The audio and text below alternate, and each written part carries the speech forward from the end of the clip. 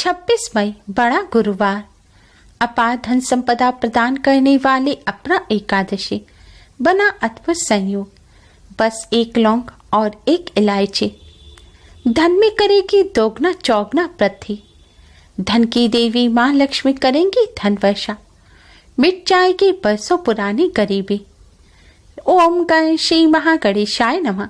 राधे राधे दोस्तों, कैसे हैं आप सब। दोस्तों, ज्येष्ठ मास चल रहा है। ज्येष्ठ मास की कृष्ण पक्ष की एकादशी को अपरा एकादशी के नाम से जाना जाता है। शास्त्रों के अनुसार अपरा एकादशी के दिन भगवान लक्ष्मी नारायण का पूजन करने से धन समृद्धि में अपार वृद्धि होती है, जीवन में खुशियां आती है और दुखों से छुटकारा मिलता है। इस बार अपरा एकादशी का व्रत 26 मई दिन गुरुवार को रखा जाएगा। गुरुवार का दिन भी भगवान विष्णु को समर्पित होता है, इसलिए इस बार की एकादशी और भी ज्यादा खास हो गई है। साथ ही इस दिन स्वास्थ्य सिद्धि योग और आयुष्मान योग का निर्माण हो रहा है।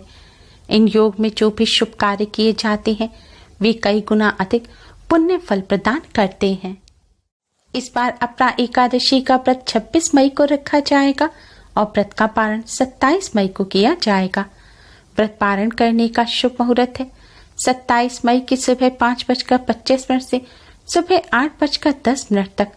अगर आप शुभ मुहूर्त में पारण ना कर सके तो आप 27 मई को सुबह 11:57 से पहले पारण अवश्य ही कर लें, क्योंकि 11:57 पर द्वादशी तिथि समाप्त हो जाएगी। एकादशी व्रत का पारण द्वादशी तिथि समाप्त होने से पहले अवश्य ही कर लेना चाहिए, तभी व्रत का पूर्ण फल प्राप्त होता है। अपरा एकादशी को मोक्षदायिनी एकादशी भी कहा जाता है। अपरा एकादशी का व्रत रख इसके पुण्य को पितरों को देने से पितरों को प्रेत योनि से भी छुटकारा मिल जाता है।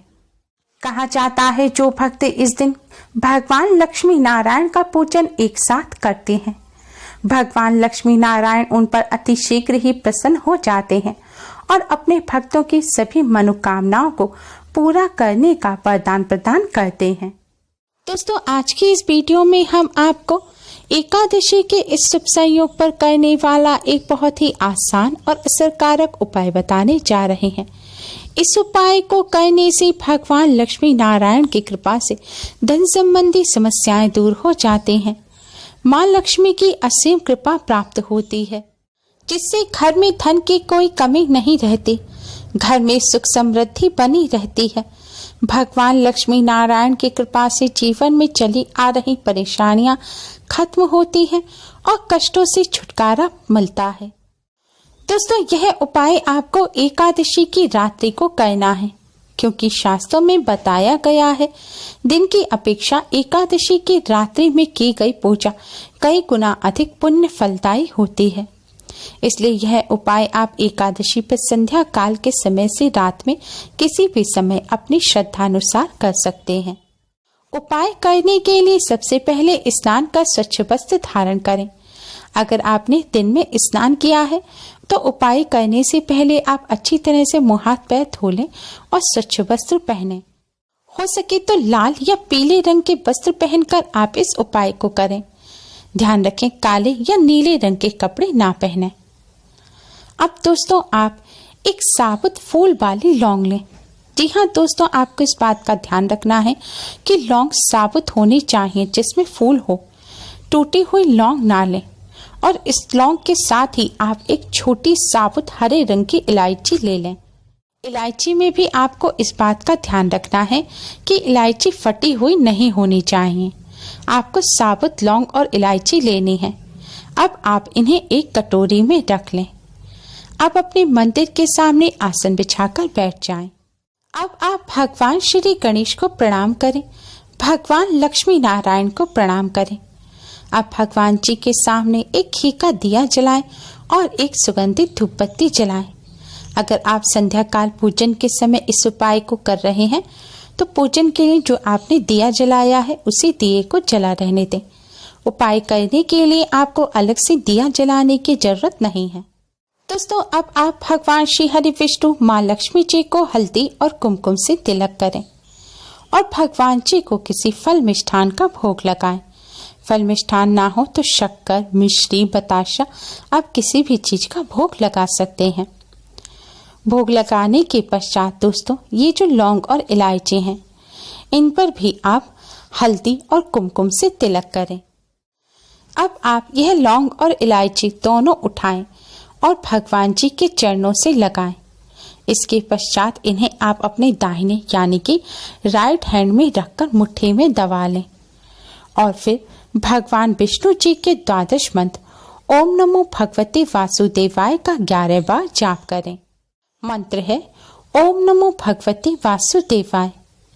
मंत्र का जाप करने के पश्चात दोस्तों अब आप माँ लक्ष्मी के इस मंत्र का जाप करें। मंत्र है ओम महालक्ष्मी नमः। मंत्र है ओम महालक्ष्मी नमः। दोस्तों आप चाहें तो उंगली पर गिरकर भी जाप कर सकते हैं, लेकिन अगर आपके घर कमल गट्टे की माला हो तो आप इस मंत्र का जाप कमल गट्टे की माला पर करें। ऐसा करना अति शुभ रहता है। ऐसा करने से माँ लक्ष्मी अति शीघ्र ही प्रसन्न हो जाती हैं। दोस्तों मंत्र का जाप करते समय आपको बीच में बोलना नहीं है, यानी कि लगातार 108 बार आपको मंत्र का जाप करना है, तभी माला पूर्ण होगी। और यह भी ध्यान रखें मंत्र का जाप करते समय आपको यह लौंग और इलायची अपने दाहिने हाथ यानी कि राइट हैंड की मुट्ठी में दबाकर ही रखनी है। जाप पूरा होने के पश्चात अब आप यह लौंग और इलायची भगवान श्री हरि विष्णु माँ लक्ष्मी जी के चरणों से लगाएं और फिर भगवान विष्णु माँ लक्ष्मी जी के मंत्र से अभिमंत्रित इन लौंग और इलायची को आप एक पीले रंग के कपड़े में रखें। आपको एक छोटा सा पीले रंग के कपड़े का टुकड़ा लेना है। उसमें आपको यह लौंग और इलायची रखकर इसे सुई धागे की मदद से कपड़े को सिल देना है। आप एक छोटा ताबीज सा एक छोटा सा पाउच बना लीजिए और उसमें यह लौंग और इलायची रख लीजिए। अगर ना सिल सके तो आप कपड़े में गांठ बांधकर छोटी सी पोटली भी बना सकते हैं। लौंग और इलायची सिलते समय भी आप पीले रंग के धागे का ही इस्तेमाल करें। दोस्तों इस तरह भगवान विष्णु और माँ लक्ष्मी जी के मंत्र से अभिमंत्रित इस लौंग और इलायची को आप भगवान लक्ष्मी नारायण के प्रसाद स्वरूप अपने धन रखने के स्थान पर रखें। धन रखने के स्थान पर आप अपने घर में किसी बॉक्स में रुपए रखते हैं, उसमें या अपनी तिजोरी में या अपने गहनों के साथ इसे रख सकते हैं। आप चाहें तो इसे अपने वॉलेट में, अपने पर्स में भी रख सकते हैं। आपको बस इतना ध्यान रखना है कि आपका वॉलेट चमड़े का नहीं होना चाहिए। जैगजीन आर्टिफिशियल जो लेदर होता है उसका वॉलेट है तो उसमें आप रख लीजिए, लेकिन चमड़े के पर्स में आप लौंग इलायची ना रखें। दोस्तों लौंग और इलायची का हमारे धर्मशास्त्रों में विशेष महत्व बताया गया है। लौंग को बहुत ही पवित्र माना जाता है। साथ ही इलायची माँ लक्ष्मी और भगवान श्री गणेश को अत्यधिक प्रिय है। इस तरह लौंग और इलायची को अभिमंत्रित कर धन रखने के स्थान पर रखने से भगवान लक्ष्मी नारायण की कृपा से धन संबंधी समस्याएं जल्द ही दूर हो जाती हैं। घर में फिजूल खर्ची होना बंद हो जाती है, जिससे घर में पैसा टिकने लगता है और धन की समस्या नहीं होती। धन आवक के नए मार्ग भी खुलते हैं, धन में बढ़ोतरी होती है। साथ ही घर में चली आ रही परेशानियां भी दूर होती हैं, कष्टों से छुटकारा मिलता है और घर में भगवान लक्ष्मी नारायण की कृपा से सुख समृद्धि बनी रहती है।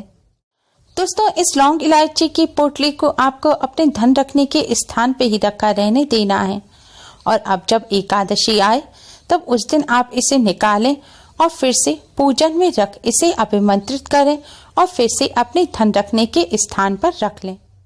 दोस्तों हर माह भी 2 एकादशी आती हैं। आपको हर एकादशी पर अभिमंत्रित करने की जरूरत नहीं है। आप एक माह में किसी भी एक एकादशी पर इसे अभिमंत्रित कर सकते हैं। दोस्तों इस उपाय को करने के साथ ही कुछ बातों का विशेष ध्यान रखें। एकादशी के दिन आपने व्रत रखा है या नहीं भी रखा, तभी आज के दिन आपको जौ और चावल का सेवन नहीं करना चाहिए। सेवन के साथ ही किसी भी रूप में जौ और चावल का इस्तेमाल भी नहीं करना चाहिए। पूजन में भी चावल का इस्तेमाल ना करें, क्योंकि आज के दिन चावल को मांसाहार की श्रेणी में रखा जाता है और चावल का इस्तेमाल करना वर्जित होता है। एकादशी के दिन भगवान विष्णु को भोग लगाते समय भोग में तुलसी का पत्ता अवश्य ही रखें, क्योंकि तुलसी के पत्ते के बिना भगवान विष्णु भोग को स्वीकार नहीं करते। लेकिन इस बात का ध्यान रखें कि एकादशी के दिन तुलसी के पत्ते नहीं तोड़ने चाहिए। तुलसी या किसी भी पेड़ पौधे के पत्ते या फूल नहीं तोड़ने चाहिए। तो आप पूजन के लिए एक दिन पहले ही तुलसी का पत्ता तोड़कर रख लें। अगर ऐसा नहीं कर पाए हैं तो अपने आप से टूटा हुआ जो तुलसी का पत्ता पड़ा हो, आप उसको भी लेकर धोकर भगवान विष्णु जी को अर्पित कर सकते हैं, या फिर पहले भोग में जो आपने भगवान विष्णु जी को पत्ता चढ़ाया हो, आप उसे वापस भोग में रख सकते हैं, क्योंकि तुलसी का पत्ता कभी भी बासी नहीं माना जाता। एकादशी के दिन इन बातों का विशेष ध्यान रखें। उम्मीद है आपको हमारी ये वीडियो पसंद आई होगी। प्लीज़ लाइक करें। हमारी इस वीडियो को अपने फ्रेंड्स और रिश्तेदारों में ज़्यादा से ज़्यादा शेयर करें, जिससे वह भी इसका लाभ उठा सकें। हमारी और भी वीडियोस के लिए हमारे चैनल को सब्सक्राइब करना ना भूलें। Thanks for watching. Radhe Radhe.